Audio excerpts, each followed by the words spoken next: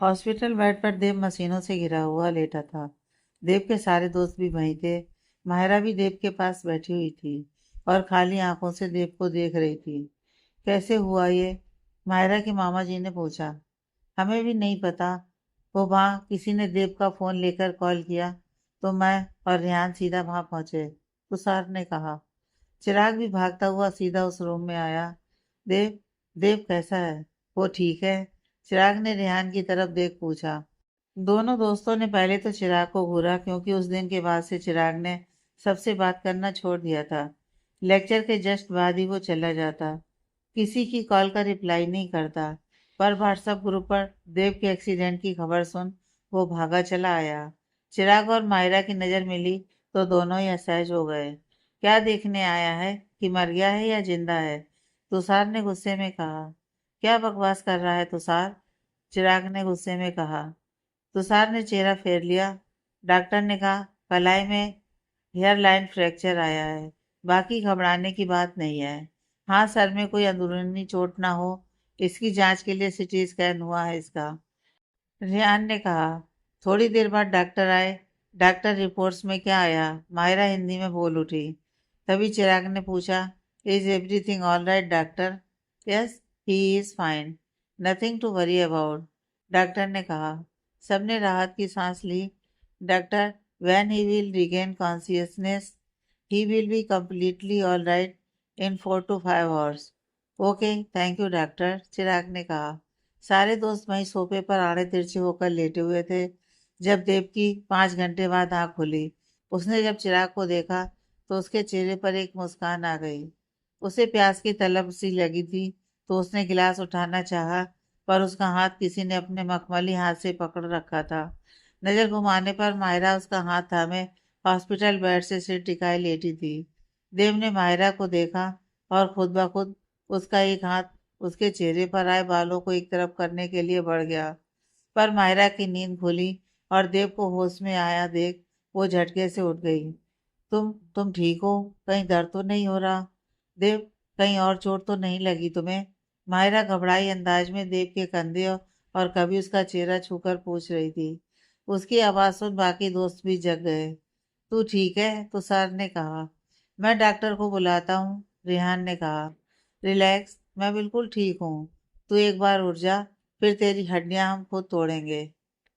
क्या जरूरत थी तेज ड्राइविंग की? कुछ हो जाता तो? चिराग गुस्से में उसके पास आकर खड़ा हो गया।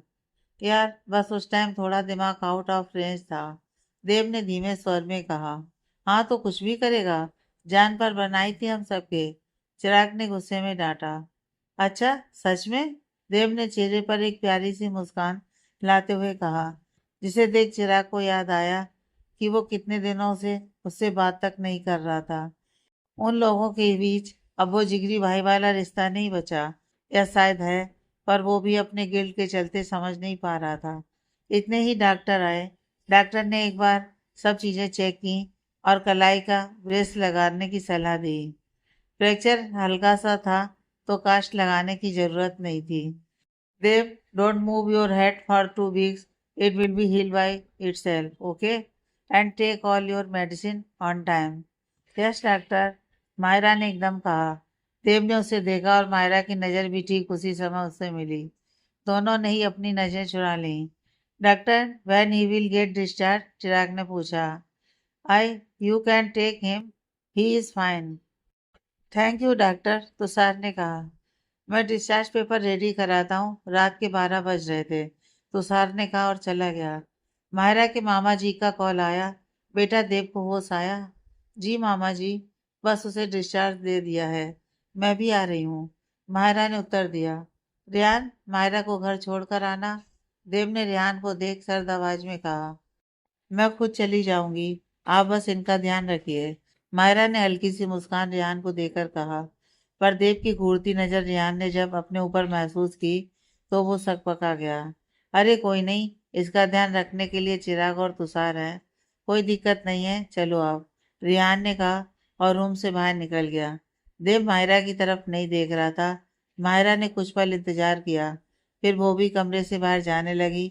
दरवाजे पर रुककर मायरा ने एक बार फिर देव को देखा। फिर बहुत ही धीमी मगर सख्त आवाज में उसने देव से कहा, प्लीज देव, आगे से अगर नाराजगी भी हो तो मुझे सजा दे देना, पर खुद को नुकसान पहुंचाने के बारे में दोबारा मत सोचना, वरना मायरा भी तुम्हें इसी हॉस्पिटल के बेड पर मिलेगी, वो भी मुर्दा। देव ने झट मायरा को खजाने वाली नजरों से देखा, पर मायरा की आंखें भी गुस्से से लाल थी और आंखों में नमी उसकी बेबसी को साफ दर्शा रही थी। उसका पूरा चेहरा लाल पड़ गया था, चेहरा पर जगह जगह लाल लाल निशान। देव की आंखें पल में छोटी हुई। ऐसा ही कुछ तब भी हुआ था जब वो लोग पार्क में मिले थे। तो क्या स्ट्रेस से मायरा के चेहरे पर और हाथों पर ये लाल निशान? पर इतने ही मायरा वहां से तेज कदमों से चली गई। देव ने वापस अपनी आंख बंद कर ली, लेकिन उसकी तेज चलती सांसें चिराग को उसके दर्द, तड़प और गुस्से की गवाही साफ दे रही थी। इंडिया में, हेलो वाइफी, काम के बाद थोड़ा पति का भी ख्याल रख लो। आपका ख्याल तो हरदम है। आप आजकल हमारी सोच में इस तरह कब्जा बनाए बैठे हैं कि काम में इतनी गलतियां होती हैं कि खुद को मारने का मन कर रहा है। अक्षिता की बात सुन योहान हंस पड़ा। अक्षिता अपने काम के लिए जा चुकी थी। वो आज शाम आने वाली थी, लेकिन केस में एक लीड मिली और उसे वहीं रुकना पड़ा। खाना खाया? हाँ, अभी मैगी खाई है। अक्षिता, मैं खाने की पूछ रहा हूँ, तुम्हारी मिडनाइट क्रेविंग की नहीं। 12 बज रहे हैं, इस टाइम क्या खाना बनाओ? अच्छा तो आप ही बता दो कि 9 बजे क्या खाया। वो शायद मैंने एक्चुअली, रहने दो, बहाना मत बनाना।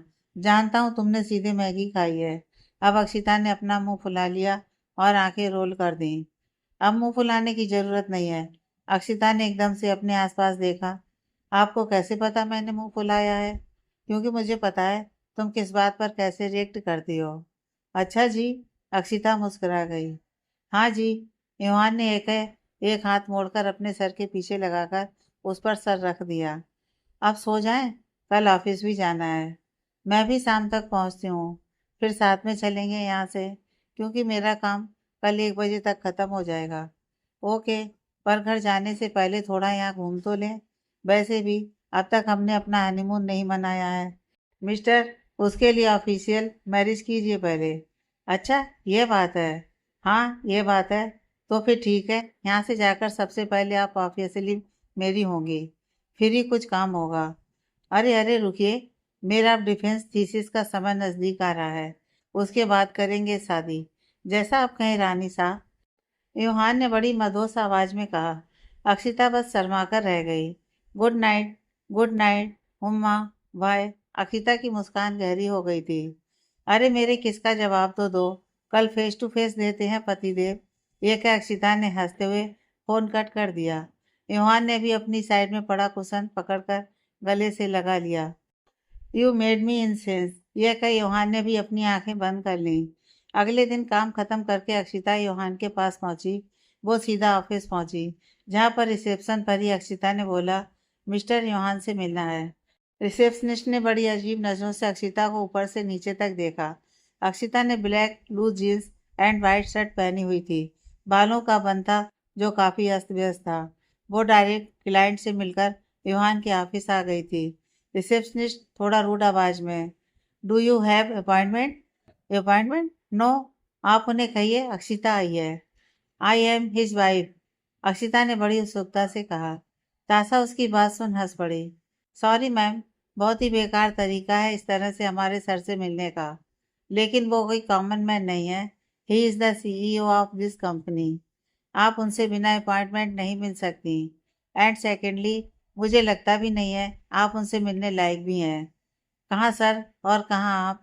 इंसान को अपनी औकात देकर अपने को देखना चाहिए।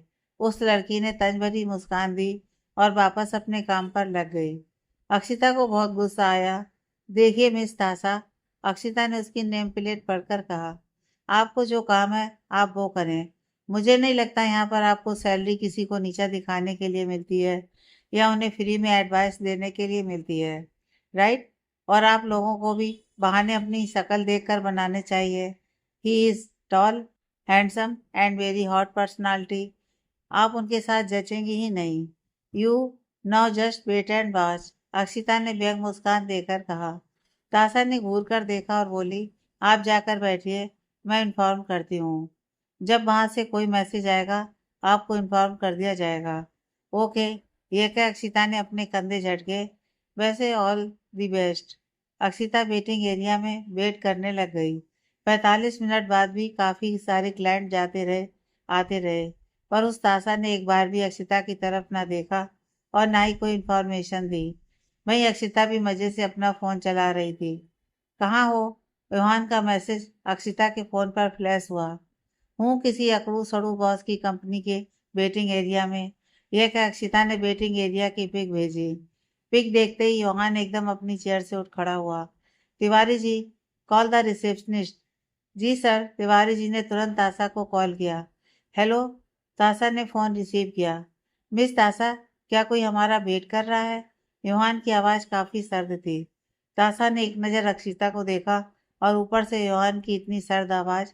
वो डरते हुए बोली, सर वो एक्चुअली आप मीटिंग में बिजी थे एंड एक लड़की आपसे मिलना चाहती थी। आई थॉट आपको बेकार ही परेशान करना होगा, इसलिए मैंने उसे वेटिंग एरिया में बिठाया हुआ है। मिस तासा, आपको पता भी है व्हाट यू डिड? ये कई योहान तेज कदमों से अपने केबिन से निकला और सारे एम्प्लॉयज उठ खड़े हुए। सब उसे मिस कर रहे थे, पर योहान सीधा वेटिंग एरिया में जाकर रुका। तुम सीधा ऊपर क्यों नहीं आई अक्षिता? योहान ने सीधा आकर अक्षिता के सामने उसके दोनों हाथ पकड़ उसे उठाया और गले लगा लिया। सोचा बॉस बिजी हैं, तो क्यों ना यहीं इंतजार किया जाए। अक्षिता ने मुस्कुराते हुए तासा को देखा और फिर योहान की तरफ देख मुस्कुराई। तुम्हारे लिए मैं कभी बिजी नहीं हूँ, समझी? ये कह योहान ने उसके माथे पर किस कर दिया। वही तासा का खून सूख गया, क्योंकि योहान का इस तरह अक्षिता के साथ व्यवहार साफ दर्शा रहा था कि वो योहान के लिए बेहद खास है। तासा, तेरी नौकरी तो गई। तासा ने मन ही मन खुद से कहा। मिस तासा, मीट माई वाइफ।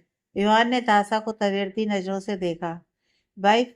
ये सुन तासा के साथ वहां खड़े सारे एम्प्लॉयज की आंखें बड़ी हो गईं। Hey, hello ma'am, I am so sorry, I did not have any idea about that. Sir is married. I am so sorry. Tasa बेहद घबरा गई। यू डोंट हैव आइडिया, इसलिए तुमने मुझे जो चाहा वो कहा, और अब सच पता लगते ही मैम। नॉट बैड तासा, बट आपको अपनी आदत चेंज करनी चाहिए, क्योंकि अगर आप किसी को उसके ओहदे को देखकर इज्जत देगी तो आप कभी सक्सेसफुल नहीं हो पाएंगी। बिकॉज एवरी सक्सेसफुल मैन बस वंस ए कॉमन मैन। समझी आप? जी। जी मैम। तासा ने अपना सिर झुका लिया। तो चले पति देव? कहाँ? योहान ने असमंजस में पूछा। लॉन्ग ड्राइव पर। अक्षिता ने तासा को देखकर कहा। जो हुक्म रानी सा। तिवारी जी, कैंसिल माई मीटिंग्स।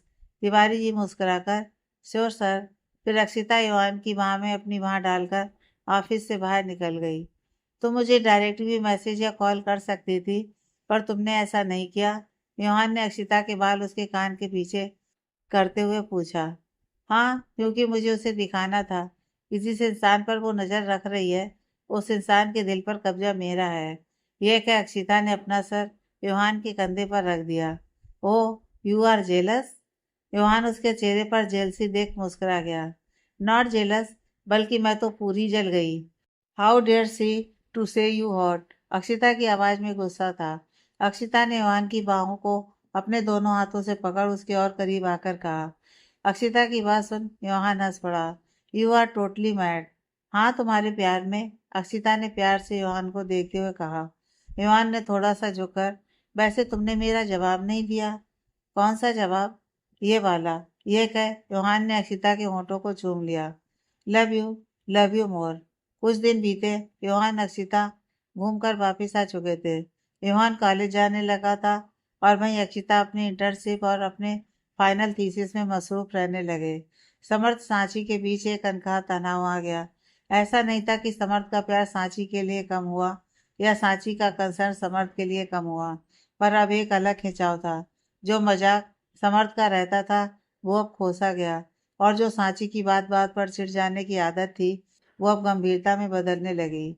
मायरा ने अपने असाइनमेंट को कंप्लीट करने के लिए रोज कॉलेज जाना स्टार्ट किया, लेकिन उस दिन के बाद से देव कॉलेज नहीं आया।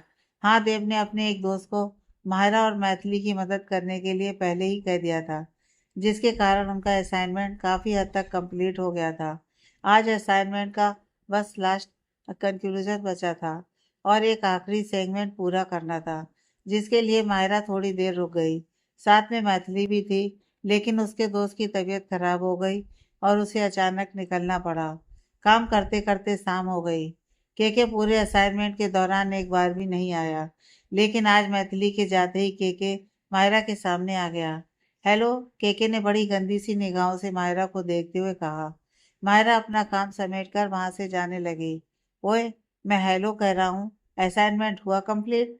केके उसका रास्ता रोक बोला। दोनों इस वक्त कॉरिडोर में खड़े थे। कौन सा असाइनमेंट? मायरा ने आंखें तरेर कर कहा।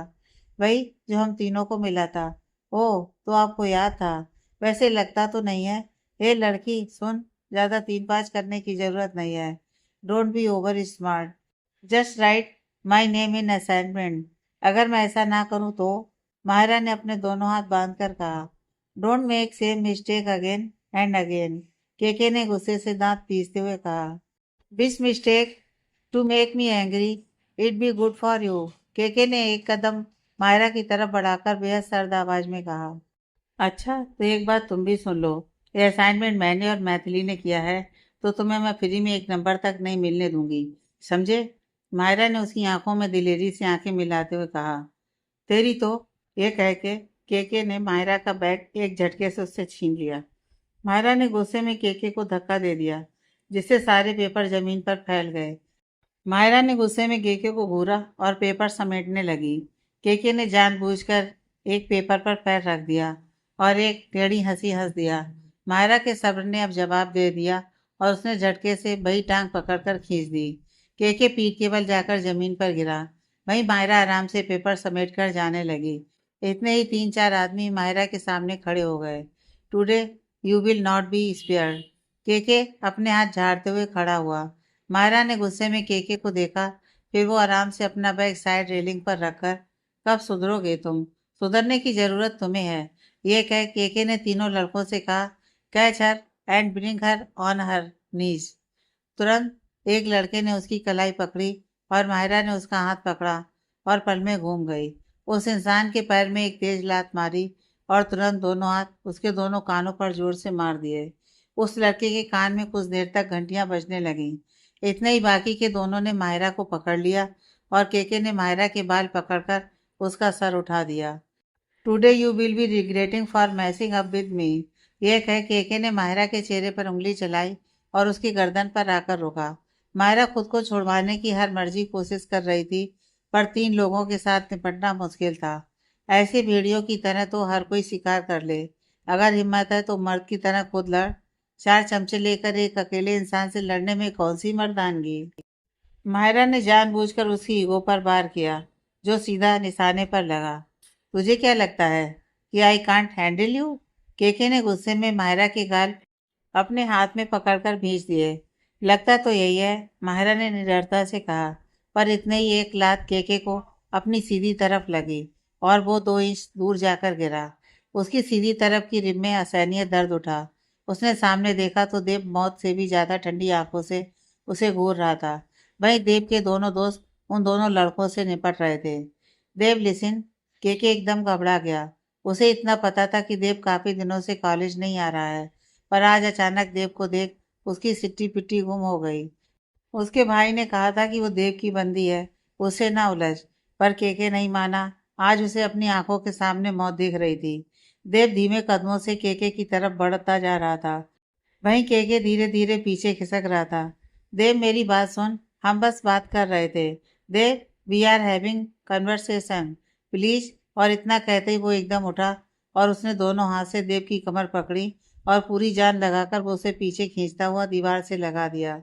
देव की पीठ दीवार से जाकर लगी, जिससे उसकी पूरी कमर में एक तेज दर्द उठा। पर शायद इस समय दिल में जलती आग इस दर्द पर भारी थी, जिसके चलते देव ने उसे इग्नोर कर अपनी कोनी केके की पीठ पर तेजी से मारनी शुरू कर दी। केके वही घुटने के बल बैठता चला गया। देव ने गुस्से में केके के बाल पकड़ उसे उठाया और उसका सिर दीवार में दे मारा। केके का सिर फूट गया और वो जमीन पर निढाल होकर गिर गया।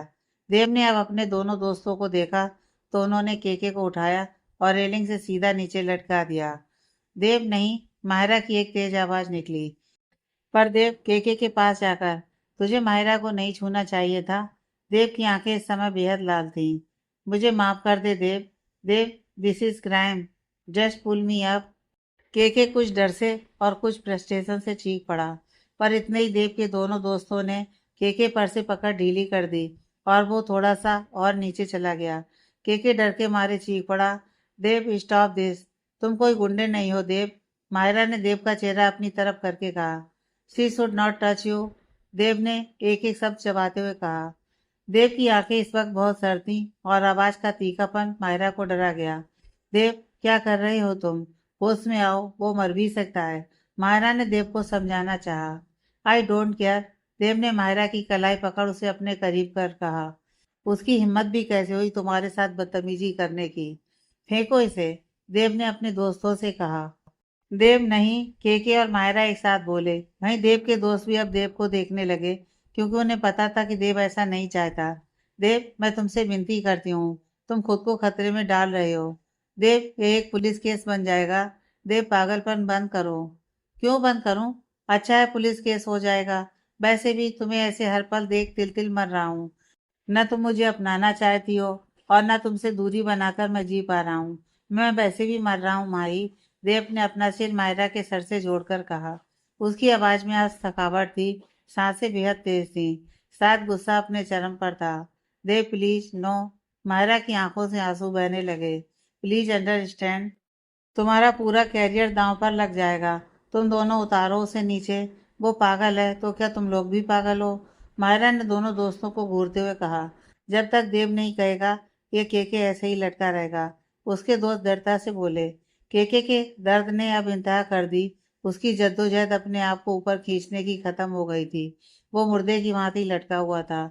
देव, तुम्हें मेरी कसम, उसे नीचे उतारो। आखिर कब तक अपनी कसम दे देकर तुम मुझसे अपनी हर बात मनवाती रहोगी माही? आखिर कब तक? क्या तुम्हें मेरी मोहब्बत नहीं दिखती? देव के सर पर जैसे पागलपन सवार था। उस कुत्ते ने तुम्हें ह्यूमिलिएट किया और तुम उसे ही बचाने के लिए अपनी कसम दे रही हो। और मैं जो कब से सिर्फ तुम्हारे प्यार का इजहार सुनने के लिए तड़प रहा हूँ, मर रहा हूँ, तुम्हें उससे कोई फर्क नहीं पड़ता। मुझे मरने के लिए तुम यूं ही छोड़ सकती हो। देव, मेरी मजबूरी है, मैं तुम्हारे काबिल नहीं हूँ, मायरा ने बेबसी में कहा। मुझे कोई फर्क नहीं पड़ता, देव ने जुनूनियत से कहा। मुझे पड़ता है, मायरा अब चीख पड़ी। पर मेरे लिए तुम सिर्फ तुम हो। तुम्हारी हर मजबूरी को अपनाने के लिए तैयार हूँ। मैं तुम्हारे साथ हर चीज को शेयर करने के लिए तैयार हूँ। बस एक बार तो ट्रस्ट करो। देव ने मायरा के दोनों गालों पर हाथ रख उसकी आंखों में दृढ़ता से देखते हुए कहा।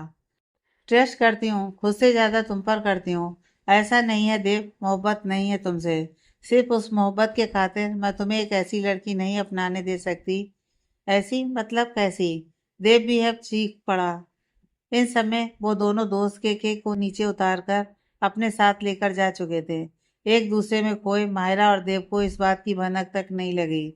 मायरा के दोनों कंधे हिल गए। वो बस भीगी आंखों से देव के चेहरे को देखने लगी। आज चुप मत रहना मायरा, यकीन करो हर तकलीफ में तुम्हारे साथ हूँ। तुम एक बार यकीन तो करो। बताओ मुझे, आखिर ऐसी क्या बात है? पर मायरा अब सरनामे हिलाती अपने कदम पीछे खींचने लगी। वो तेजी से वहां से मुड़कर भागने को हुई कि देव तुरंत रेलिंग पर बनी हल्की सी ईंट से एक स्क्वायर के आकार का स्तंभ था, जिस पर देव जाकर खड़ा हो गया। माही, अगर आज सच नहीं बताया तो मैं यहाँ से कूद जाऊंगा। मायरा की सांस हलक में अटक कर रह गई। देव, देव नहीं, देव ये क्या पागलपन है? देव, नीचे उतरो। तो आज या तो तुम सच बताओगे या फिर मैं इस रोज रोज की असहनीय तड़प से निजात पा लूंगा। देव, प्लीज मेरे लिए इतनी मुश्किल मत बढ़ाओ। मायरा का चेहरा पूरा लाल हो गया। उसके हाथों पर लाल निशान फिर उभर आए। मायरा दोनों घुटनों के बल बैठकर, देव प्लीज, मैं तुम्हें नहीं खो सकती। देव उसके सामने दोनों घुटनों पर बैठकर, क्या ये स्किन प्रॉब्लम हम दोनों के प्यार की वो दीवार है जिसे तुम गिराना नहीं चाहती? मायरा ने पहले तो चौंक कर देव को देखा, लेकिन फिर अपने हाथों को देखकर वो समझ गई। वो अब नजरें चुराकर, ऐसा कुछ नहीं है। तो फिर क्या बात है? बात यह है कि मैं जानती हूँ कि तुम इसके बाद भी मुझे अपनाओगे, लेकिन मुझे मेरे प्यार, मेरी मोहब्बत के लिए तुम्हारे लिए एक खूबसूरत हमसफर चाहिए। मुझ जैसा इंसान नहीं जो हर वक्त दवाई पर जिए, जो जरा से स्ट्रेस में अपनी सारी एलर्जी ट्रिगर कर दे, जो हर बदलते मौसम में अपनी इस बीमारी को ट्रिगर होते देखे, जो इस बीमारी के कारण फुल स्लीव के कपड़े पहने, जो अपने हमसफर को खुश ना रख पाए। नहीं बनना चाहती हूँ मैं अपने प्यार के लिए ऐसी हमसफर। सुना तुमने? मायरा ने देव के कॉलर को पकड़ उसे झंझोड़ते हुए कहा। वहीं तेज बारिश एक साथ शुरू हुई और देव बस फटी आंखों से मायरा को देख रहा था। यह निशान कुछ भी नहीं है, यह सिर्फ ट्रेलर है। शरीर पर लगे जख्म इससे कहीं ज्यादा हैं। पूरी बॉडी पर ऐसे पेच हैं जिन्हें देख कोई भी डर जाए। मायरा आज टूटी तो गई थी, उसने अपने दिल की भड़ास आज एक साथ कह डाली। मैं बहुत ज्यादा परेशान हूँ देव, मुझे और परेशान मत करो। मैं कभी तुम्हारे साथ जस्टिस नहीं कर पाऊंगी। मेरी बीमारी इनक्यूरेबल है। मैं कभी भी इस बीमारी के साथ अपने पार्टनर को एक हैप्पी लाइफ नहीं दे पाऊंगी। मैं नहीं चाहती कि मेरी देखभाल में तुम अपना जीवन जीना छोड़ो। नहीं सह पाऊंगी मैं देव, नहीं सह पाऊंगी। मायरा ने इतने सालों से दवा गुबार आज बाहर निकाल दिया था। वो जैसे खुद से लड़ते लड़ते थक चुकी थी। आज वो सब कुछ कह देना चाहती थी। अक्षिता आज इंटर्नशिप से आने के बाद अपनी थीसिस कंप्लीट करने में लगी थी कि योहान उसका दूध उसकी टेबल पर रखते हुए, दूध पियो। नहीं योहान, आज नहीं। मुझे इसकी स्मेल से ही उल्टी आती है। कोई बहाना नहीं चलेगा अक्षिता, चुपचाप पियो। यह कह योहान ने दूध अक्षिता के मुंह से लगाया और उसकी स्मेल से अक्षिता को तेज उल्टी आई और वो एकदम बाथरूम की तरफ भागी। योहान भी एकदम घबराकर उसके पीछे भागा। क्या हुआ अक्षिता, तुम ठीक हो? हाँ मैं ठीक हूँ, पर पता नहीं वोमिट जैसा फील हो रहा था। अरे अचानक अक्षिता और योहान दोनों ही सोच रहे थे कि एकदम उनके दिमाग की बत्ती जली और दोनों चीखे। नो, नहीं योहान, मैं अभी रेडी नहीं हूँ। अक्षिता एकदम घबरा गई। अभी मेरी थीसिस बची है। वही तो, अभी तो तुम खुद बच्ची हो। योहान एकदम बोला। हाँ आप तो जैसे बहुत बड़े और मैच्योर हो। अक्षिता एकदम चिढ़ गई। अच्छा रिलैक्स, हम कल डॉक्टर के पास चलते हैं। हाँ, अब तो वही बता पाएंगे। अक्षिता ने कमर पर दोनों हाथ रख गहरी सांस ली, लेकिन चिंता की लकीरें दोनों के माथे पर उभर गईं। योहान के लिए चिंता थी कि उसे एक ग्रैंड वेडिंग देनी थी पहले। वो अपने बच्चे को यूं कॉन्ट्रैक्ट मैरिज के नाम पर दुनिया में नहीं लाना चाहता था। भाई अशिता, वो तो अभी सोच ही रही थी कि उसकी थीसिस, रिसेप्शन, उसके कार्टून कैरियर का पैशन सब अभी रह गया। पर बच्चा, यह नाम सुनते ही दोनों के दिल में एक अजीब सी खुशी थी। वो इस खुशी को समझ पा रहे थे, पर अभी ये जिम्मेदारी ले पाने के लिए खुद को रेडी कर पाना दोनों के लिए मुश्किल था। कुछ मत सोचो अक्षिता, अभी कुछ भी कंफर्म नहीं है। हाँ, शायद आप सही कह रहे हैं। देव और मायरा काफी देर तक यूं ही बैठे रहे। देव को समझ में नहीं आ रहा था कि वो क्या कहे। वहीं मायरा की इचिंग रोने के कारण बेहिसाब बढ़ गई। उठो। देव ने जब मायरा को खुद को बेनता खुजाते देखा तो उसने मायरा का हाथ पकड़ उसे उठाया। मायरा उठ गई और उसने अपनी नजरें नहीं उठाई। कोई जुर्म नहीं किया है तुमने जो नजर झुका रही हो। देव ने उसकी ठोड़ी के नीचे एक उंगली रख उसका चेहरा उठाया। मायरा कुछ नहीं बोली और अभी भी नीचे देखती रही। देव मायरा का चेहरा अपने दोनों हाथों में पकड़ उसका चेहरा उठाता है और बेहद प्यार से उसके माथे को चूम लेता है। मायरा के पेट में एक अजीब सी गुदगुदी हुई और उसकी इचिंग कुछ हद तक शांत भी हो गई। धीरे धीरे देव मायरा के चेहरे पर अपने प्यार की बौछार करने लगा और मायरा का ध्यान अपनी इचिंग से हट जाता है। जैसे ही देव मायरा के होठों की तरफ झुकता है कि मायरा अचानक खुद को दूर कर लेती है। मुझे मुझे देर हो रही है, ये कह मायरा बिना देव का जवाब सुने अपना बैग उठाकर वहां से चली जाती है। उसकी सांसें बेनता तेजी थीं, पर वो देव के लिए अपनी भावनाएं इस तरह खुद पर हावी नहीं होने दे सकती थी। वो एकदम कॉलेज के बाहर जाकर टैक्सी रोकती है। टैक्सी के रुकते ही देव टैक्सी के आगे वाली सीट पर बैठ जाता है। मायरा अचंभे से देव को देखने लगती है। बैठ जाओ, तुम्हें घर ड्रॉप करने के बाद ही मैं जाऊंगा। मैं चली जाऊंगी, तुम जाकर आराम करो देव, तुम्हारी तबीयत अभी भी ठीक नहीं है। मायरा ने फिक्र से कहा। मेरी चिंता का ढोंग मत करो और जितना कहा है उतना करो, देव ने तीखी आवाज में कहा। मैं ढोंग नहीं करती देव। मायरा की आवाज ये कहते रुंध गई और वो चुपचाप गाड़ी में बैठ गई। टैक्सी से मिरर में से देव मायरा को देख रहा था, जिसकी गर्दन पर भी हल्की लालिमा आ गई थी और पूरा चेहरा लाल पड़ चुका था। देव ने मायरा की तरफ पानी की बोतल बढ़ाई, पर मायरा ने उसे नहीं लिया। पानी पियो, देव ने कहा। मुझे नहीं पीना, मैं ढोंग करती हूँ तो तुम क्यों मेरी फिक्र करते हो? मायरा ने चिढ़कर कहा। क्योंकि मुझे फिक्र है, देव ने दबे हुए शब्दों में डपटते हुए कहा। पर मायरा ने अभी भी पानी की बोतल ना ली। देव अब बोतल का कैप खोलकर मायरा की तरफ बढ़ाकर, पहले पानी पियो और शांत हो जाओ। मायरा अब सूजी हुई आंखों से देव को देखती है, जिसकी आंखें भी लाल थीं, पर चेहरा इस समय बिल्कुल सपाट था। न नाराजगी थी न चिंता थी, जैसे ही अंदर किसी द्वंद में फंसा हो। मायरा पानी की बोतल लेकर पानी पीकर धीरे धीरे शांत हो जाती है। टैक्सी मायरा के घर के सामने जाकर रुकती है। मायरा कैब के पैसे देने को होती है, पर देव की घूरती नजर खुद पर देख वो अपना हाथ पीछे खींच लेती है।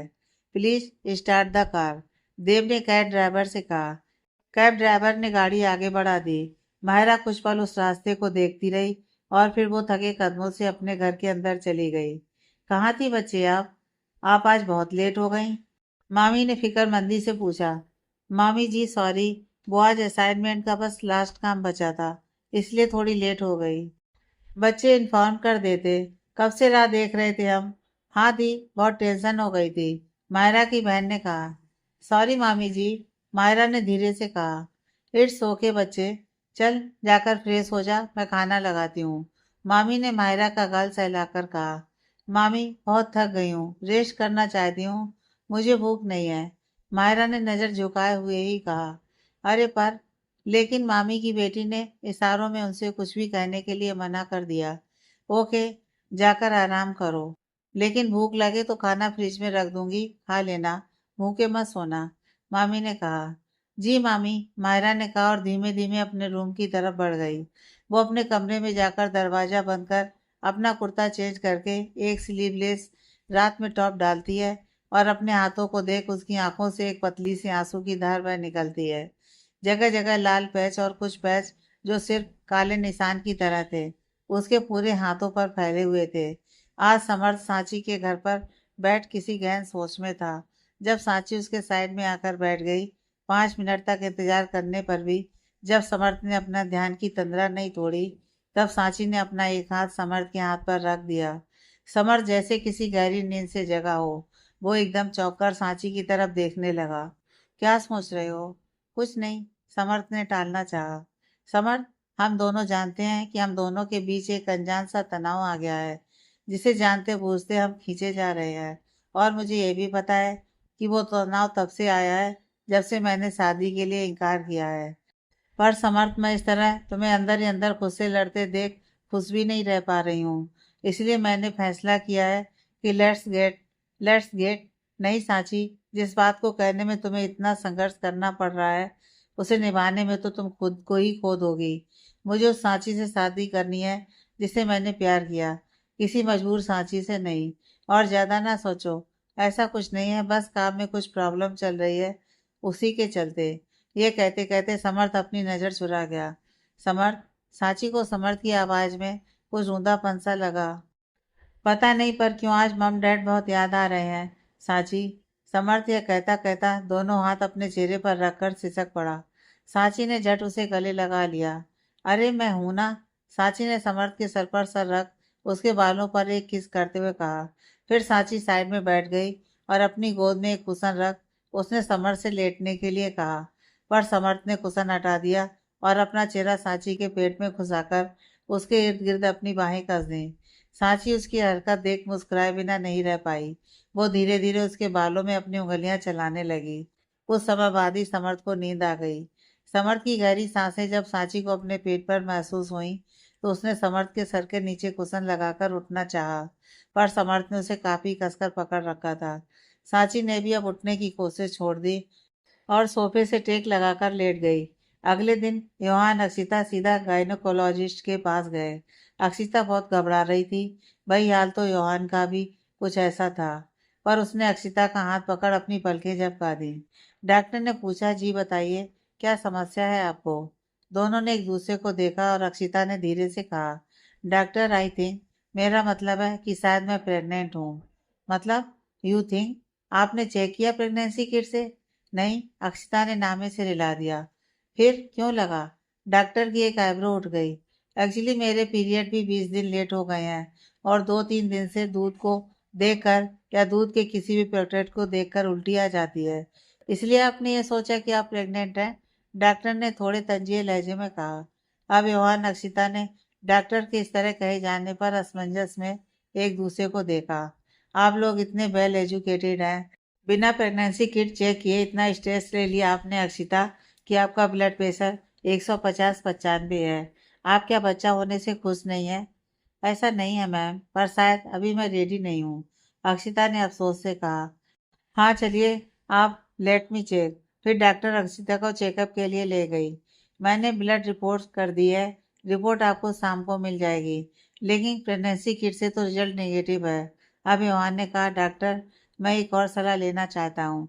अगर हम ये बच्चा अभी नहीं करना चाहें तो क्या कोई ऐसी कॉम्प्लिकेशन तो नहीं होगी जिससे आगे कभी अक्षिता को प्रेग्नेंट होने में दिक्कत आए? डॉक्टर ने बारी बारी दोनों को देखा। अब अक्षिता का भी दिल बैठ गया। नहीं, चाहे मतलब नहीं, वो इस बच्चे को मारेगी नहीं। नहीं, वो अपने ही बच्चे के साथ ऐसा कैसे होने दे सकती है? नहीं डॉक्टर, हमें बस ये जानना है कि रिजल्ट क्या है। अगर रिजल्ट पॉजिटिव आया तो मुझे ये बच्चा रखना है। योहान ने हैरानी से अक्षिता की तरफ देखा। कल तक जो लड़की घबराई हुई थी, अभी वो इतने आत्मविश्वास से कह रही थी कि वो माँ बनना चाहती है। देखिए अक्षिता, अभी आपका रिजल्ट नेगेटिव आया है, इसलिए आप कोई उम्मीद ना बांधें। शायद रिजल्ट नेगेटिव ही हो, लेकिन आप दोनों फैमिली प्लान करने से पहले एक बार जरूर आपस में विचार विमर्श कर लीजिएगा। वरना जब आप पेरेंट्स ही इतने कंफ्यूज रहेंगे तो बच्चे की रिस्पॉन्सिबिलिटी आप क्या ही लेंगे? दोनों का सर शर्म से झुक गया। जी डॉक्टर, थैंक यू, योहान ने कहा और दोनों केबिन से बाहर आए। अक्षिता तुम ठीक हो? योहान ने गाड़ी में बैठ अक्षिता के हाथ पर हाथ रखकर कहा। योहान, अगर रिजल्ट पॉजिटिव रहा तो मुझे ये बच्चा रखना है। हम अपने बच्चे को खुद कैसे मार सकते हैं? नहीं योहान, मुझसे इतना बड़ा पाप नहीं होगा। यह कह अक्षिता रो पड़ी। योहान ने उसे गले लगा लिया। शांत हो जाओ अक्षिता, तुम जैसा कहोगी वैसा ही होगा। मुझे बस तुम्हारी खुशी चाहिए। क्या तुम खुश नहीं होगे अगर मैं प्रेग्नेंट हुई तो? अक्षिता ने मासूमियत से पूछा। कैसी बात कर रही हो अक्षिता? मेरे लिए इस दुनिया में इससे बड़ी खुशी कोई हो ही नहीं सकती। लेकिन मुझे पता है, मैं एक पिता की तरह, एक पति की तरह तुम दोनों का ख्याल रखूंगा। लेकिन पूरे 9 महीने के लिए वो बच्चा तुम्हारी कोख में तुमसे जुड़कर रहेगा। इसलिए बच्चे का फैसला सबसे ज्यादा तुम्हारा रहेगा। मेरे लिए तो मेरे बच्चे को जन्म देने वाली मेरी पत्नी की प्राथमिकता सबसे ऊपर है। अक्षिता की आंखों में खुशी के आंसू आ गए और होठों पर एक प्यारी सी मुस्कान। आप बहुत अच्छे हैं योहान। अच्छा, सच में? फिर वो खड़ूस अकड़ू सर जो नाम दिया था आपने मुझे, वो अब नहीं हूँ क्या? योहान ने शरारती मुस्कान बिखेरते हुए पूछा। नहीं, अब आप मेरे योहान हैं। यह क्या अक्षिता ने योहान के गाल पर किस कर उसके कंधे पर अपना सर रख दिया। योहान ने भी उसका सर प्यार से सहला दिया और गाड़ी घर की तरफ मोड़ दी। अगले दिन पूरे समय अक्षिता घबराई सी रही। शाम को योहान रिपोर्ट्स अपने साथ लेकर आने वाला था। वो आज ऑफिस से भी जल्दी आ गई और हर बार कोई गाड़ी रुकती तो उसे लगता योहान आया है। तकरीबन शाम को 5 बजे कार रुकी और अक्षिता भागकर बालकनी में गई। गाड़ी में से योहान और दादाजी उतरे। उनके साथ सांची और समर्थ भी थे। अक्षिता कंफ्यूज हो गई कि वो सब योहान के साथ आखिर क्यों। उसने तुरंत अपना दुपट्टा लिया और दरवाजा खोलने चली गई। जैसे ही दादाजी आए, अक्षिता ने उनके पैर छुए और मुस्कुराकर बोली, दादाजी, व्हाट ए सरप्राइज। सरप्राइज तो मैं था जब योहान ने मुझसे आकर कहा। अक्षिता को लगा कि शायद रिजल्ट पॉजिटिव है। वो शर्मा गई कि वो एक ग्रैंड वेडिंग चाहता है, इसलिए पंडित जी भी आने वाले हैं। हम आज ही उनसे शुभ मुहूर्त निकलवाते हैं। दादाजी ने अपनी बात पूरी की। मैंने तो कहा था रिसेप्शन के लिए, सांची ने कहा। नहीं दी, मैं एक ग्रैंड वेडिंग देना चाहता हूँ अक्षिता को। तब तो हम दोनों को लग रहा था कि हमारे करियर में एक झंझट है, लेकिन मैं मानता हूँ कि शादी की हर रस्म का भी अपना महत्व है और उसकी गरिमा हमें बनाए रखनी है, योहान ने कहा। अक्षिता के चेहरे पर मुस्कान थी, लेकिन उसकी आंखें नम थीं। वो अपने आंसुओं को रोकने की भरसक कोशिश कर रही थी, पर जब उससे नहीं हुआ तो वो एकदम कमरे से भाग गई। अरे, शर्मा गई, दादाजी ने हंसकर कहा। पर समर्थ सांची भी अक्षिता के अचानक जाने से योहान को देखने लगे। मैं बुलाकर लाता हूँ, योहान ने दोनों की नज़र खुद पर पाकर तुरंत कहा। योहान कमरे में गया तो अक्षिता बेड पर उल्टी लेटी हुई थी। उसका चेहरा तकिए में पूरी तरह छिपा हुआ था। अक्षिता, योहान ने पुकारा। अक्षिता ने अपना चेहरा नहीं उठाया। हे, योहान ने उसके कंधे पर हाथ रखा। हम प्रेग्नेंट नहीं है ना योहान? अक्षिता ने सिसकती आवाज में बिना चेहरा उठाए कहा। योहान ने एक गहरी सांस छोड़ी। उसने अक्षिता के कंधे पकड़ उसे उठाया। अक्षिता का पूरा चेहरा आंसुओं से भीगा था। योहान की आंखों की उदासी ने अक्षिता की रोने की तीव्रता और बढ़ा दी। योहान ने झट से उसे सीने से लगा लिया। चुप, मैं हूं ना। अक्षिता, हम ट्राई करेंगे ना। भगवान ने पनिश किया है योहान। मैं बच्चा नहीं चाहती थी ना, इसलिए उन्होंने वही किया जो मैं चाहती थी। नहीं अक्षिता, ऐसा नहीं सोचते। कुछ पनिश नहीं किया।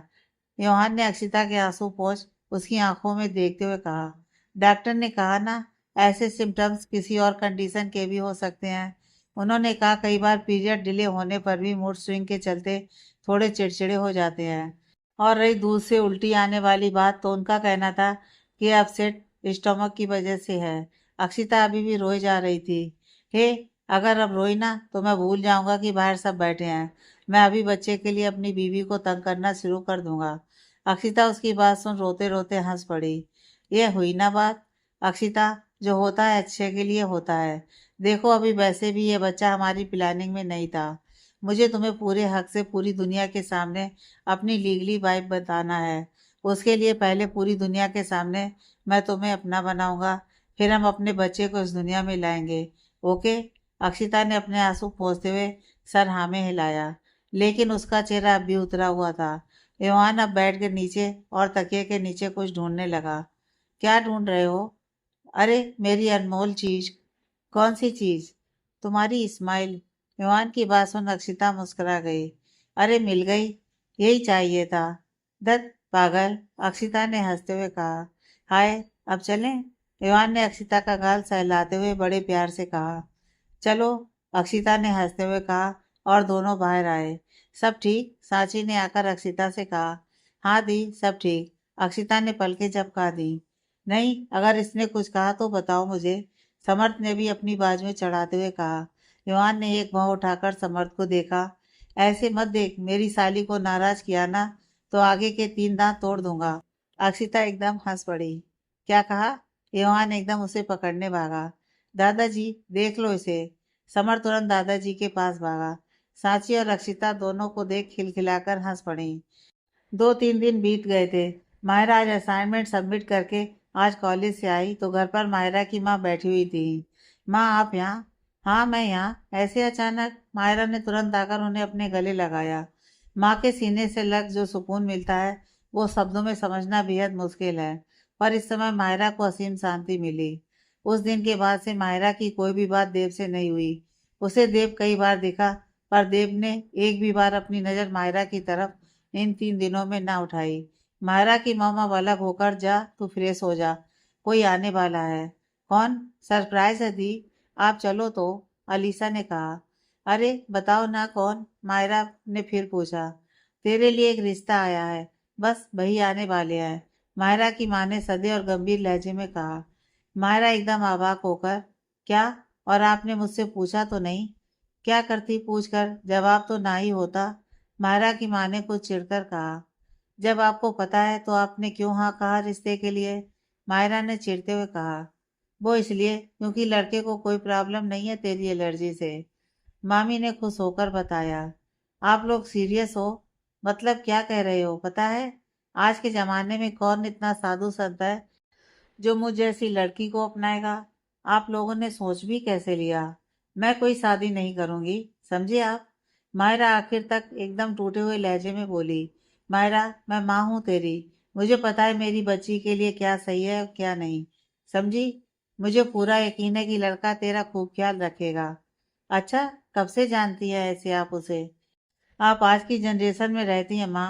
आज की जनरेशन में ऐसी लड़की को अपनाना बेहद मुश्किल है, मायरा ने अपनी माँ को घूरते हुए कहा। नामुमकिन तो नहीं है ना बेटा, मायरा के मामा जी ने कहा। आप लोगों को हो क्या गया है? मैं इस रिश्ते को कभी नहीं हाँ करूंगी।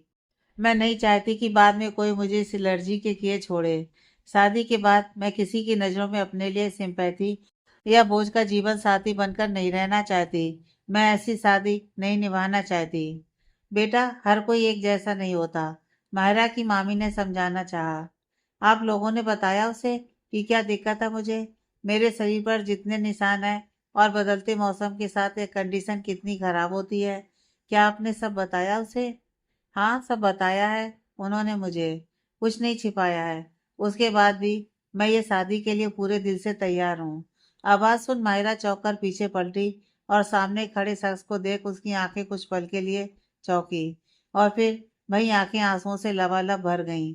देव मायरा की आंखों के सामने ब्लैक कोट और ब्लैक पैंट में बिल्कुल एक शाही गबरू जवान मुंडा बनकर आया था।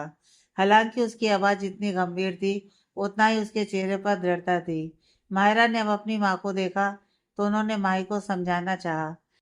मायरा, देव सच में तुझसे सच्ची मोहब्बत करता है। आप लोगों को समझ नहीं आता कि मुझे ये शादी नहीं करनी। सुना सबने और उसने जलती आंखों से देव को देखा और अपने कमरे में भाग गई। देव ने सब घर वालों को देखा जो चिंता से एक दूसरे को देख रहे थे। आप कहें तो मैं बात करूं? मायरा की मॉम, दे, वो बहुत जिद्दी है, वो नहीं मानेगी। मैं भी कम जिद्दी नहीं हूँ। अगर वो ना करना चाहती है तो मुझे भी अपनी बात मनवाना अच्छे से आता है। मामा जी, अब देव के कंधे पर हाथ रख। हमें तुम्हारे यकीन पर यकीन है। जाओ कर लो कोशिश। देव मायरा के कमरे में पहुंचा तो माई सोफे पर आड़ी तिरछी लेटी हुई थी। शादी से इनकार क्यों है? देव ने कमरा बंद करते हुए मायरा की तरफ मुखातिब होते हुए पूछा। मायरा एकदम सीधी होकर बैठी और अपने कपड़े ठीक कर, हिम्मत कैसे हुई ऐसे आने की? मैंने पूछा, शादी से इनकार क्यों है? देव की आवाज में अब सरदपन आ गया। मायरा अब देव की तरफ पीठ करके खड़ी हो गई। मैंने पूछा, शादी से इनकार क्यों है? देव ने एक गहरी सांस छोड़ अपनी आवाज को थोड़ा नरम करते हुए पूछा। मुझे तुम पसंद नहीं हो, मायरा ने रूखे से अंदाज में कहा। वैसे तो ये झूठ है, पर फिर भी मुझे तुम पसंद हो। आगे बोलो। तुम मुझसे बड़े हो। वो तो सिर्फ इसलिए क्योंकि मेरी मम्मी पापा ने जल्दी बच्चे की प्लानिंग कर ली थी, लेकिन मैं 2 बार क्लास में फेल हो गया, इसलिए 2 साल बड़ा हूँ। देव ने गंभीर आवाज में कहा। मैं मजाक नहीं कर रही, मायरा ने देव की तरफ मुखातिब होकर उसे घूरते हुए कहा। मैं भी नहीं कर रहा, और अगर रही बात बड़े होने की तो मैं ज्यादा प्यार कर लूंगा। अगली वजह? देव ने दोनों हाथ पीठ पर बांधकर पूछा। तुमको शर्म नहीं आती? मायरा ने अब अपनी बात ऐसी हल्की पड़ती देख कहा। वो तुम कर लेना। और? देव अब मायरा की तरफ कदम बढ़ाकर बोला। इस बार मायरा ने घूरकर देव को देखा और फिर हंस पड़ी। क्या तुम्हें सच में इस रिश्ते से कोई आपत्ति नहीं है? मायरा ने अब गंभीर सी आवाज में पूछा। नहीं, बिल्कुल भी नहीं। देव का दिल भी अब उसकी हंसी देखकर हल्का पड़ा। एक बार और सोच लो। तुम्हें सब सच सच बता दिया है ना मेरी माँ ने। हमारे बीच जो अंडरस्टैंडिंग है वो अलग चीज है, पर जिस तकलीफ से मैं गुजर रही हूँ उसका हिस्सा मैं किसी को नहीं बनाना चाहती। मैंने कभी नहीं सोचा था कि मेरी भी शादी होगी। उसका सबसे बड़ा कारण यही है कि एक लड़का अपने लिए बेदाग बीवी चाहता है। जिस हाल में मैं हूँ उसमें कई सारे पार्ट्स पर वो जख्म है। मैं ये भी नहीं कह सकती ये नहीं बढ़ेगी, क्योंकि मैं जब भी स्ट्रेस लेती हूँ तो ईचिंग बढ़ जाती है। उस समय अगर सामने वाला मेरी बात ना सुने तो मैं बुरी तरह फ्रस्ट्रेट हो जाती हूँ, क्योंकि एक तरफ ये खुजली चैन नहीं लेने देती, दूसरी तरफ वो इंसान मुझसे लड़ रहा होता है। तो बताओ, क्या मुझे झेल पाओगे? मायरा ने देव की नजरों में देखते हुए पूछा। पूरी कोशिश करूंगा, देव ने मुस्कुराते हुए कहा। मैं बहुत स्ट्रेट फॉरवर्ड इंसान हूँ। अगर मुझे कोई बात पसंद नहीं तो मुंह पर कह देती हूँ। सह पाओगे? मायरा ने बिना नजरें हटाए दूसरा सवाल दागा। कोशिश करूंगा, देव ने फिर मुस्कुराते हुए कहा। मेरे लिए अपनी इंडिपेंडेंस ज्यादा जरूरी है। प्यार चाहती हूँ पर सिंपैथी नहीं। रिश्ते में अगर प्यार के साथ स्पेस हो तभी मैं एडजस्ट कर पाऊंगी। रह लोगे मेरे साथ? मायरा ने फिर कहा। 100%। देव ने दोनों हाथों से मायरा के गालों को अपनी अंजलि में भरते हुए कहा। मैं अगर कभी गुस्से में कुछ बोल जाऊं और मुझे बाद में रियलाइज हो तो भी मैं सॉरी बोलने में कतराती हूँ। पता नहीं, एक डर होता है मेरे सॉरी कहने से सामने वाला नहीं माना तो मैं सह पाऊंगी या नहीं। समझ पाओगे मुझे? मायरा ने नम आंखों से पूछा। बहुत अच्छे से समझ रहा हूँ मैं तुम्हें। समझ में अब तक शायद मैंने पीएचडी कर ली है, और कोशिश करूंगा कि तुम्हारी सादत को थोड़ा मॉडिफाई करूं। यह कह देव फिर मुस्कुरा गया। तुम हर चीज में कोशिश ही करोगे या मेरी बात मानोगे भी? मायरा ने अब मासूमियत से कहा। झूठ नहीं बोलूंगा, कोशिश करूंगा, पर अगर अब सिर्फ ये कह दूं कि तुम जो कहोगी वो करूंगा, पर बाद में मैं मुकर जाऊं तो शायद तुम्हें ज्यादा तकलीफ हो। मैं पूरी कोशिश करूंगा और जानता हूँ अपनी कोशिश में सफल भी हो जाऊंगा। लेकिन फिर भी मैं यह कहकर कि सब मंजूर है, अपनी आगे वाली जिंदगी में कोई भी ऐसी उम्मीद नहीं देना चाहता। हम पति पत्नी बनने वाले हैं मायरा, जिसमें प्यार के साथ साथ लड़ाई भी होती है। लड़ाई भी रिश्ते का एक हिस्सा है। मैं बस ये कोशिश करूंगा कि वो लड़ाई कभी एक रात से ज़्यादा ना खिंचे। लेकिन मैं जानता हूँ जितनी तुम अपने बारे में बता बताकर मुझे डराने की कोशिश कर रही हो, ऐसी माही मेरी बिल्कुल भी नहीं। वो इस रिश्ते में मेरा साथ पूरी ईमानदारी से देगी और उसमें जो सपोर्ट सिस्टम मुझे बनना है वो मैं हमेशा बनूंगा। देव ने फिर एक मुस्कुराहट देकर कहा, तुम मुझे उम्मीद नहीं देना चाहते? मायरा ने पलकें झपकाकर कहा, मैं उम्मीद देना चाहता हूँ, पर उस उम्मीद के चलते तुम्हारे विश्वास को इतना कमजोर नहीं करना चाहता। मैं जानता हूँ तुम्हें झूठ से नफरत है। अगर मैं हर चीज को मान लूंगा तो वो सही नहीं होगा। एक रिश्ता तभी मजबूत होता है जहाँ हम अपने साथी के साथ कदम मिलाकर साथ चलें, ना कि उसके कदमों के पीछे। ये हम दोनों पर लागू है। मैं जानता हूँ तुम बाकी लड़कियों से अलग हो। तुम्हें कुछ खराब लगता है तो तुम दूर हो जाती हो, किनारा कर लेती हो। पर अगर तुम किसी को अपना मान लो तो उसका साथ कभी नहीं छोड़ती हो। मैं तुम्हें तुम जैसी हो वैसे एक्सेप्ट करूंगा। मुझे तुमसे प्यार है। रहा तुम्हारी बीमारी का कसर, तो मुझे पता है कि तुम बहुत स्ट्रांग हो। भगवान ने चाहा तो हम इसे जल्दी ही इतना ठीक कर लेंगे कि तुम्हें इतनी परेशानी ना दे। और तुम्हारी परेशानी का क्या? कैसी परेशानी? मेरा मतलब है, जब जब हम लोग करीब आएंगे और तुम्हें यह सब देखने को मिलेगा, तो क्या तुम्हारा मन खिन्न नहीं होगा? मुझे सिर्फ तुमसे नहीं, तुम्हारी हर चीज से प्यार है। अगर ये जख्म तुम्हारे हैं तो ये मेरे लिए भी उतने ही अजीज हैं। देव ने बहुत ही सहज भाव से उत्तर दिया। तुम ये इसलिए कह रहे हो क्योंकि तुमने अभी जख्म देखे नहीं, मायरा ने तड़प कर कहा। अगर यकीन नहीं है तुम्हें तो तुम मुझे अपने जख्म दिखा सकती हो, क्योंकि मुझे अपने ऊपर भरोसा है कि मैं अपने शब्दों से नहीं डगमगाऊंगा। और कोई सवाल? देव ने फिर मुस्कान देकर कहा। देव की बात सुन मायरा का मुंह खुल गया। ऐसे कैसे दिखा दूं? मायरा के चेहरे पर शर्म की लाली आ गई। उसने खुद ही खुद में कहा, देव जानकर भी अनजान रहा। और कोई सवाल? एक आखिरी सवाल। मायरा ने चेहरे पर ढेरों जज्बात लिए कहा। हाँ बोलो। देव ने दोनों हाथ उसके कंधे पर रखकर कहा। तुम इतने हैंडसम हो, तुम्हें कोई भी मिलेगी, फिर मुझ जैसी एवरेज लड़की से शादी क्यों? मायरा की आंखों से एक पतली सी धार बह निकली। क्योंकि मुझे जो भी मिलेगी वो सिर्फ इस चेहरे के कारण मिलेगी। पर मुझे तुम ही चाहिए, क्योंकि जितना तुमने मुझे समझा है बचपन से लेकर अब तक, मेरे माँ बाप के पास पैसों के अलावा जरा सा टाइम नहीं है। अभी भी उन्हें इस बात से कोई मतलब नहीं है कि मैं यहाँ क्या कर रहा हूँ। मुझे कभी मेरे अपने माँ बाप ने नहीं समझा, फिर किसी अनजान लड़की से क्या उम्मीद लगाऊं? जबकि मुझे पता है मेरी मायरा मेरे लिए कुछ भी कर सकती है। यह कह देव ने मायरा के माथे को चूम लिया। मायरा के चेहरे पर एक सुकून तैर गया। मुझे सच में यकीन नहीं है, मायरा ने धीरे से कहा। किस बात का? देव एकदम नासमझी से पूछ बैठा। कि इस दुनिया में तुम जैसे भी लोग हैं, मैं अभी भी भरोसा नहीं कर पा रही हूँ कि मुझे तुम मिले हो। मायरा ने उसकी नजरों में अथा प्रेम महसूस कर कहा। मतलब मेरी हैंडसमनेस को देख तुम्हें यकीन करने में प्रॉब्लम हो रही है? देव ने मजे लिए। अब तुम मेरी बात पकड़ कर बैठ गए, मायरा ने रूठे से अंदाज में कहा। तो किसे पकड़ूं? तुम्हें? देव ने मस्करी की। तुमसे तो बात करना ही बेकार है। यह कह मायरा जाने लगी, पर तभी देव ने उसकी कलाई पकड़कर उसे अपने पास खींचा। मायरा की पीठ देव के सीने से जा लगी। मायरा के लिए अनुभव बिल्कुल सोच से परे था। उसका दिल बेतासा धड़कने लगा। इतने ही देव ने एक हाथ से मायरा के बाल एक साइड किए, जिससे उसकी गर्दन पर बना एक काला निशान उसे दिख गया। मायरा की छठी इंद्री ने तुरंत उसे सचेत किया। वो तुरंत हटने को हुई, पर देव ने उसे हटने ना दिया और उसके निशान के ठीक 2 इंच नीचे चूम लिया। मायरा की पलकें खुद ब खुद बोझिल हो गईं। उसकी पकड़ अपनी कुर्ती पर कस गई। प्लीज। बस ये शब्द मायरा के मुंह से निकला। देव ने तुरंत मायरा को अपनी तरफ मोड़ा। उसकी सांसें भी अब तेज हो चली थी। मायरा तो अपनी नजर ही नहीं मिला रही थी। मेरी तरफ देखो माही, तुम ऐसे मत बुलाया करो। मायरा ने नजरें बिन मिलाए कहा। क्यों? देव ने शरारत भरी मुस्कान के साथ कहा। बस वो कुछ नहीं, यूं ही। ऐसे ना बुलाया करो। मायरा ने आंखें मीच कर कहा। मैं बताऊं क्यों तुम्हें ऐसे मेरा बुलाना पसंद नहीं है? देव ने मायरा के कान में सर करते हुए कहा। मायरा की रीढ़ की हड्डी में सिरन सी दौड़ गई। वो पीछे हटने को हुई, पर देव ने अपनी पकड़ उसकी कमर पर थोड़ी और तंग कर दी। क्योंकि मेरे ऐसे बुलाने से तुम मेरी तरफ और खींची चली जाती हो। तुम्हें खुद पर काबू करना मुश्किल हो जाता है।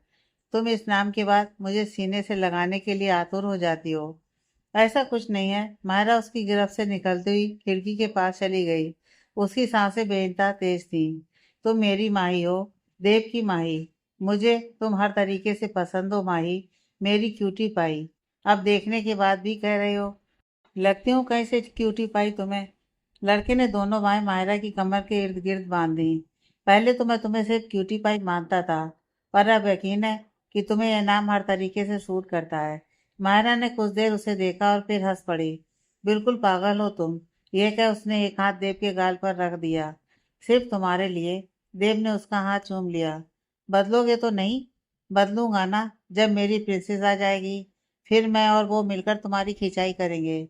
पर तब तक मैं ऐसा ही रहूंगा। मायरा के गाल शर्म से लाल हो गए। इतने आगे की प्लानिंग करके बैठे हो। क्यों नहीं दोगी एक प्रिंसेस मुझे? देव ने आंखें मटकाकर पूछा। देव प्लीज। मायरा को अब घबराहट होने लगी।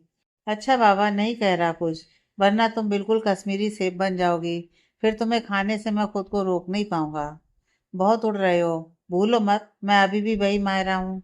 हाँ हाँ जानता हूँ, वही मायरा हो जो रोमांस के बीच में अपनी गुस्से से भरी नाक को अड़ा देती हो। देव ने मुंह बनाकर कहा। मायरा उसके चिढ़ फेस को देखकर खिलखिलाकर हंस पड़ी। तुम भी कभी मत बदलना। देव ने अपना गाल उसके गाल से सहलाते हुए कहा। मायरा ने बस अपना सर उसके सीने पर रख दिया। देव ने भी उसे अपने आगोश में भर लिया। तभी अक्षिता का वीडियो कॉल मायरा के फोन पर आया। हेलो अक्षिता, मायरा ने देव से दूर हटकर कहा। तेरे लिए मेरे पास एक गुड न्यूज़ है। अच्छा, वो क्या? यही कि हम लोग शादी करने वाले हैं, ऑफिशियल ढंग से। सची? मायरा ने चेक कर पूछा। हमारे पास भी तेरे लिए एक गुड न्यूज़ है। देव ने तुरंत मायरा के पीछे आकर उसके कंधे पर दोनों हाथ रखकर कहा। देव तुम यहाँ? अक्षिता एकदम चौंकी। अरे वो अक्षिता। मायरा ने कुछ कहना चाहा, पर देव इतने ही बोला। हम दोनों शादी कर रहे हैं। व्हाट? अक्षिता एकदम चौंक पड़ी।